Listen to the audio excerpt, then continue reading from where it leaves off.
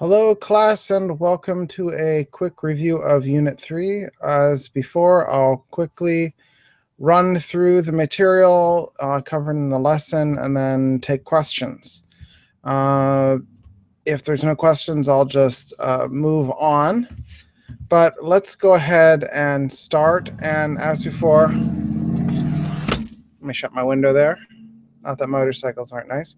As before, I'm going to skip back and forth between some screen shares. So let me get that going here.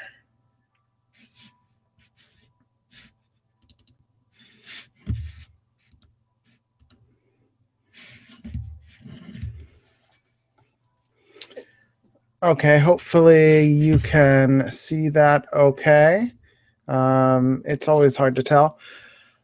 So one of the main concepts we're dealing with in this unit is primarily about scales, and scales are artificial. I mean, right from the get-go, scales are artificial in that we're taking collections of pitches and we're stacking them on top of each other, like ladders. In fact, the word for scale comes from the Greek word that we get the word ladder from. Ultimately. So when you think scale, you want to think ladder, step by step by step by step. Now, in previous units with pitch, Unit 1 specifically, we dealt with all the flats and all the sharps and all the note heads, and that was great. But now we're going to kind of target in on specific groups of notes. So instead of dealing with all the notes broadly, which we called the chromatic collection, so if you see here, figure 1A, the piano keyboard, you see from all the pitches in the chromatic collection, C, C sharp, D, D sharp, E, F, F sharp, G, G sharp, A sharp, B, and then C again. You see the entire chromatic collection. Now we're going to kind of single in on what we're going to call the diatonic collection. Now, the easiest way to see the diatonic collection is just to look at the white notes of the piano. So if I look across again on this little piano keyboard on 1A here, C, D, E, F, G, A, B, that would be the chromatic collection. And you notice there's 7 pitches in there, and then the C comes back. So just 7 notes in our chromatic collection. And we're going to be looking at different chromatic collections. One chromatic collection is the white keys on the keyboard. But what we're really looking at is the pattern of white notes on the keyboard. And what do I mean by that? Well, if you look, the distance between these notes is not all the same. The distance between C and D, well, there's a black key in between. And between D and E, there's a black key in between. But between E and F, and then between B and C, there's no black key in between. And that creates a shape that we can hear, a specific shape. We can hear that tightness, da da da da da da, that tightness between E and F, ba ba ba da, that tightness between B and C. Now that is called the that is called the diatonic collection. But we're not necessarily concerned with the white keys. We're concerned with the pattern of essentially whole steps and half steps. Now, if you don't remember, a whole step is going to essentially be adjacent keys on the piano keyboard with one in between. So between C and D, that would be a whole step with the black key in between. But between C sharp and D sharp, that would also be a whole step with a white key in between. So how about this? From F sharp to G sharp, is that a whole step? Yes, because there is a white key in between. How about between D sharp and E? So remember D sharp, we go to D and up 1 to sharp, D sharp and E. Is that a whole step? No, because there's no key in between. So when we have adjacent keys without that key in between, we're getting a semitone. And so if we look at the chromatic collection, which is all the black and the white keys, we can go C, D sharp, or C, C sharp, D, D sharp, E, F, F sharp. The distance between any notes in that chromatic collection is a semitone. It's uniform in that respect. The distance between any keys are the same. But if we look again at that white note, the chromatic collection, The distance between some of the keys are semitones and some of the keys are whole tones. So between C and D, whole tone, D and E, whole tone, E and F, semitone, F and G, whole tone, G and A, whole tone, A and B, whole tone, B and C, semitone. Now that's what's important. It's that irregular pattern of semitones and whole tones, semitones and whole tones. And the chromatic collection's uniform, all semitones. So now we're looking at the diatonic collection. So it's not that we're looking at the white keys. We're looking at the white key pattern, that pattern of semitones, whole tones, semitones, whole tones. Okay, let me take a drink of water here. So in the first lesson, we talk about diatonic semitones and chromatic semitones, and diatonic whole tones and chromatic whole tones. This is actually very easy. Anything that's diatonic, the note heads will be different notes. So for instance, this first one, A and B flat, that would be diatonic. The notes heads are on different lines, right? A and A sharp, that would be chromatic because those two notes are on the same line.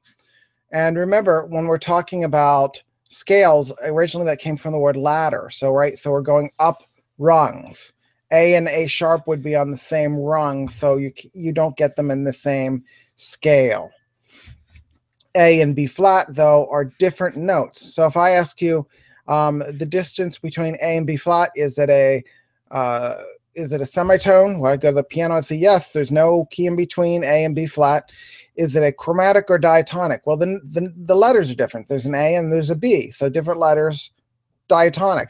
Same letters, chromatic. Let's look at these two down here. We have a C sharp and a B. Not the best example for the keyboard I have showing, but C sharp, C, B. There's a key in between, so that's a whole tone. Is it C sharp to B? Is that chromatic whole tone or diatonic whole tone? Well, it's diatonic, right? Because there are different letters, C and B, different letters. C and C flat, again, it's still a whole tone because there's a key in between C and C flat, but they're the same letter name, so chromatic. So on those homework assignments, and there are going to be some of that on the test, chromatic will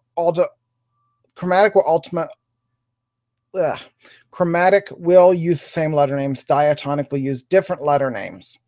And then you just figure out if it's a semitone or a whole tone.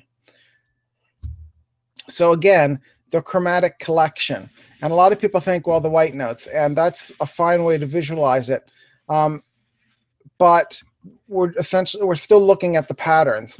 And what I've kind of alluded to this already. These scales are very artificial. We're taking notes and we're stacking them in a very specific way. And when you practice music when you're a kid, you learn all your scales. And you learn all your scales so that when you play music with a key signature, which we'll also look at, when you play music with a key signature, you're used to thinking in a particular scale, and you don't have to refer always. You just say, all right, I'm in the key of E flat. I know my E flat scale. I'm just going to remember that in E flat, I have an E flat, a B flat, and an A flat. And every time I come across one of those notes, I'm going to play it that way. So this is one example. In C, I would know to have no sharps and flats, but in another key, I'd have some. But what's important is the collection. But why I say it's artificial is that when you play a piece of music, they don't usually... You'll find scale passages, but the whole music is not scale. A scale is just a scale. When you see the chromatic collection in a piece of music, all the notes come at different times against each other in different ways. And Professor McQuillan, one of the co-authors of this course, did a nice video on the way pitches want to move in the chromatic and diatonic collections. And that's in some of the lessons. You should go ahead and watch that. Now I'm going to jump away from that, and I want to actually use the tool, the major scale palette. And I liked these scale palettes. I'm not sure how useful you find them, but I think they're very useful, very instructive. So I'm going to use this to talk about major scales, and then we can talk about some of the other types of scales that we see, and then key signatures. So if I was to simply make a scale on the white notes of the piano,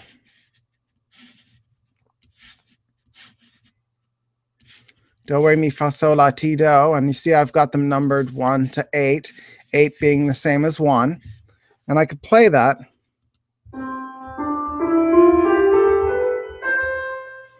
Easy. So that is my major pattern. And if you see between E and F, mi and fa, and between B and C, ti and do, and you've got that sense of momentum between ti and do. That's important later in the course. That kind of inevitability. Hear how it wants to pull up? Yeah, that'll get really annoying. Good, all the way up. So this is our major scale. But as I said, we can create this pattern of whole steps and half steps. This whole step, semitone, whole tone, whole tone, whole tone, semitone. We can create it starting on any note because it's the pattern that's important. So let's start it here. We'll start on F sharp, and I'm going to do a whole tone above F sharp, right? There's a key in between, and between 1 and 2, I have a whole tone. So F sharp and G sharp, and then between 2 and 3, between re and mi, I also have a whole tone. So that would be an A sharp, and I want a semitone between 3 and 4. So this would be A sharp up to B, and a whole tone between 4 and 5, B to C sharp, whole tone between 5 and 6, C sharp to D sharp. And notice I'm, generally all sharps, all flats with these major scales, right? The minor scales will have some small variation on that, which we'll get to. Between 6 and 7, you have a whole tone. So what note would this be? This would be we had a C sharp, D sharp, so we need C, D, E, right? We need an E. You can't just skip a letter in these scales. So F sharp, G sharp, A sharp, B sharp, or sorry, B, C sharp, D sharp, E sharp, right? You need a whole tone, and it has to be some sort of E. Think of a ladder. If you skip one rung on the ladder going up or going down, it's really dramatic, right? Jumping along on the ladder, falling, or trying to skip a rung that's missing, that's very difficult. Same thing, if you skip a letter, your scale's broken. So between 7 and 8, we have a semitone, and there is our semitone. But again, it's the same pattern. Whole tone, semitone. Between 3 and 4, between 4 and 5 is whole tone, semitone. And you can see the half steps and whole steps. Let's try one more. Let's start one on, I'm going to pull these down here just to make it a little easier. And that's why one of the reasons I like this tool is I think I find it easy to see. Which is, I guess, why I made it. Why don't we start on B flat? So here's a B flat. Now we're going to want a C, right? Some sort of C. And it's going to be a whole tone. So between 1, between scale degree 1, do, and re, scale degree 2. And we use these names because essentially this is what's called their function. And when we do scales, we're going to build scales off these notes of the scales, and we're going to call these chords like tonic, supertonic, these same names we give these notes. so these notes have multiple ways of naming them, but we use them in multiple contexts. In solfege, these are syllables developed for singing, but sometimes we want to talk about, first scale degree, second scale degree. That helps us if we're talking in a more theoretical way about notes. But sometimes as notes are built off, or as chords are built off notes in our scale, we want to talk about harmonic function. So there's several different ways of naming, but let's get back to making our scale. We have a C, we're going to need some sort of D, and we want a whole tone between 2 and 3, so just a plain D, and then we want a semitone between 3 and 4. So we know we need some sort of E, we had a D, we need an E flat, and then we want to go a whole tone between 4 and 5, so E flat F, and then some sort of G, whole tone, some sort of A, let's see, whole tone, and then between 7 and 8 is that semitone. So there is your scale. But remember, this is all about the patterns. It's easy to see with the white notes with the white notes of the scale, but you can create this pattern on starting on any pitch. So this is, again, just a pattern making we're going to do. So let's move down, and I'm going to do the same thing with minor scales. So this is kind of the generic minor scale, and let's go ahead and lay out kind of the generic. So this is, as we'll see, we'll call this the relative scale to the major. This is a relative minor. In that we can see the white notes of the minor scale here. Let me describe how this works. So in the same way that we essentially look at the C major scale to see our major scale pattern on white notes, we can look at the A minor scale to see our minor scale in white notes. So we start on A, and again, we're going to have one of each letter, A, B, C, D, E, F, G, A. And this pattern that goes from A to A is our minor scale pattern, and we call it the natural pattern because this is sort of the base pattern that the other ones will start with. We'll grow into other variations of this pattern, but it's this pattern that everything is based from, and we'll see that we get some small variations when we look at the harmonic and the melodic minors, but this is our basic pattern. So we have a whole step between 1 and 2, semitone, right, between B and C, between 2 and 3, whole tone, semitone between 5 and 6, whole tone.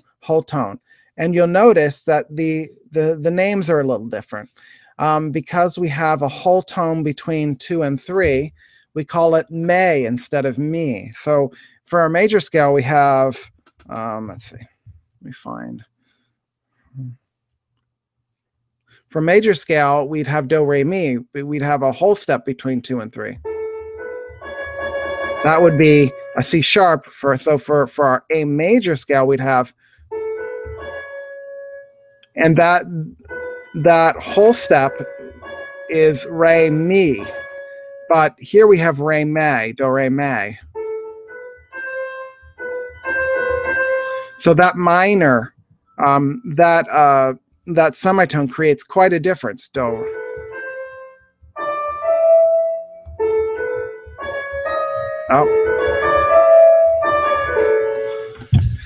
Okay. So let's do the same process. We're just going to build a scale. Let's start it on G sharp. All right. So if we do G sharp, let's pull these down again. And I encourage you to just take, just say, all right, I'm going to build a scale. I'm going to start on this note, and I'm just going to build it and see how it goes. So between 1 and 2, I want a whole tone. Remember, I have to go G to some sort of A. So G sharp, A. Well, this is a whole tone. Remember, there's a key in between. So A sharp, and then we go for semitone, no key in between. Okay, A sharp to, well, some sort of B, right? It's a B. It's a B. All right. whole tone between 3 and 4, C sharp. Now we need some sort of D, whole tone between 4 and 5, D sharp, semitone between 5 and 6, E. Between 6 and 7, we got a whole tone, and between 7 and 8, whole tone. There we have it. We have made a natural scale. All we've done is have one letter per, right? G, A, B, C, D, E, F, G again. So all one letter per. We don't skip any letters. We don't double up on any letters. And then we do the semitones and the whole tones.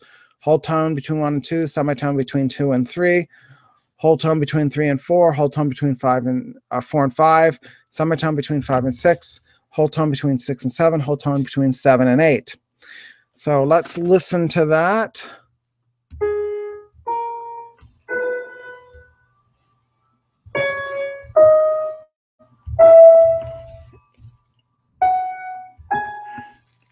So that is our natural minor scale. Now, remember in our major scale, let's see, where are we here? In our minor scale, we have this it doesn't have that same tension. If you remember our major scale, let me see if I can do that. I'm actually not so great with this keyboard yet. Let's see, we'll start on G sharp. Oh, no.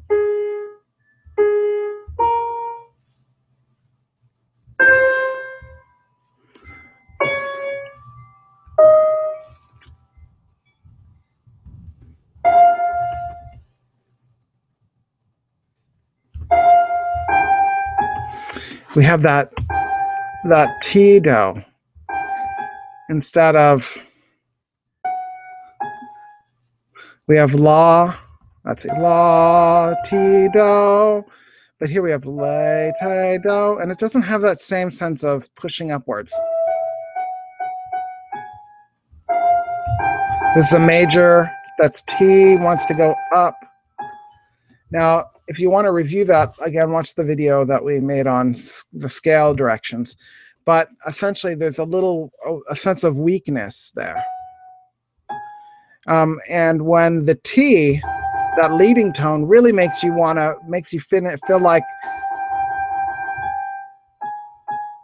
it needs some sense of completion, but the te lacks that. And composers found that they were missing that sense of completion. So they altered the scale a little bit. So let's go ahead and make our G minor natural scale again. Between 2 and 3. And between 5 and 6. There's our scale again. Oh.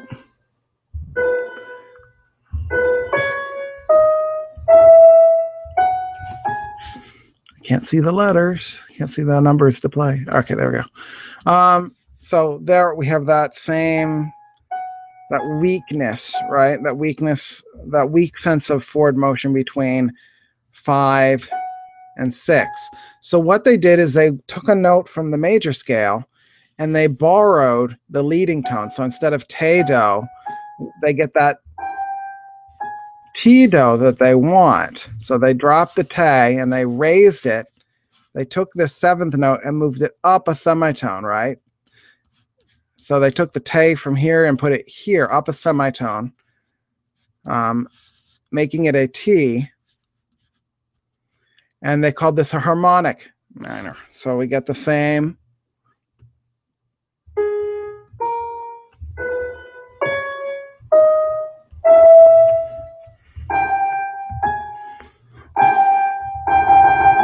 So we have that sense of motion.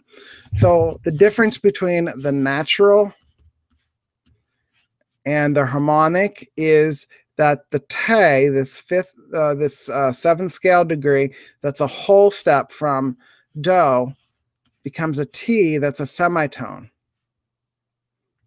Great.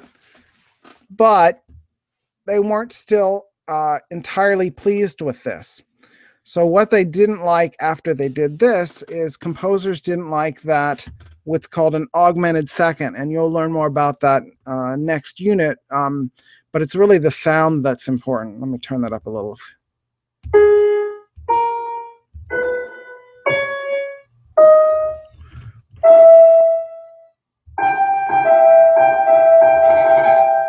They didn't like that. Lay, ti, lay, ti, lay, ti, do, ti. It was too exotic for a lot of Western composers. They didn't like that sound. So in order to get rid of that augmented second, they did the same trick over again. They got rid of the lay and they borrowed the la from major. So we have between 5 and 6, we now have a whole tone between 6 and 7, and 7 and 8's that semitone. So let's do that again.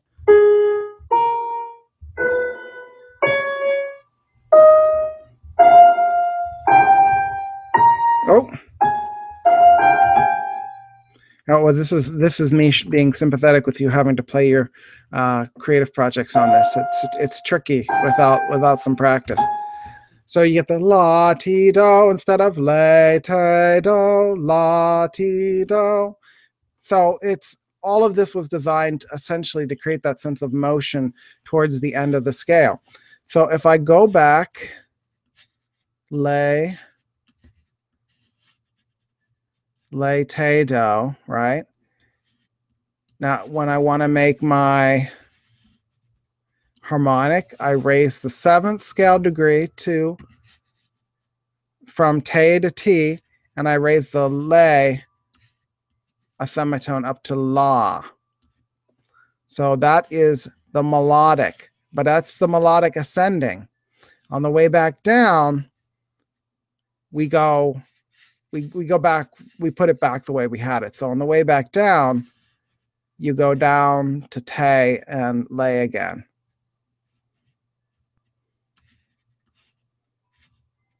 Let's make it that like that.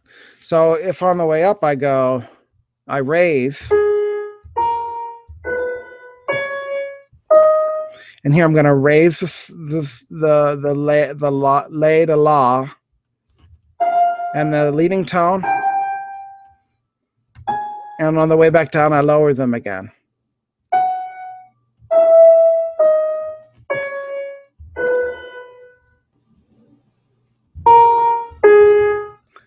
So on the way up, let's start with sol, la, ti, do, te, le, sol.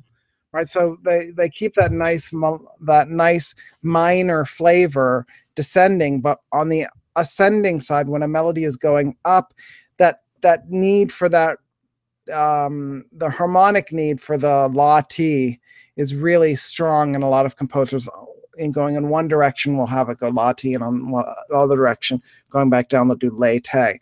So again, play with this, and these are all just a matter of patterns, and once you know the patterns you can build it on anything. And I'm getting a little long-winded, so I may move on.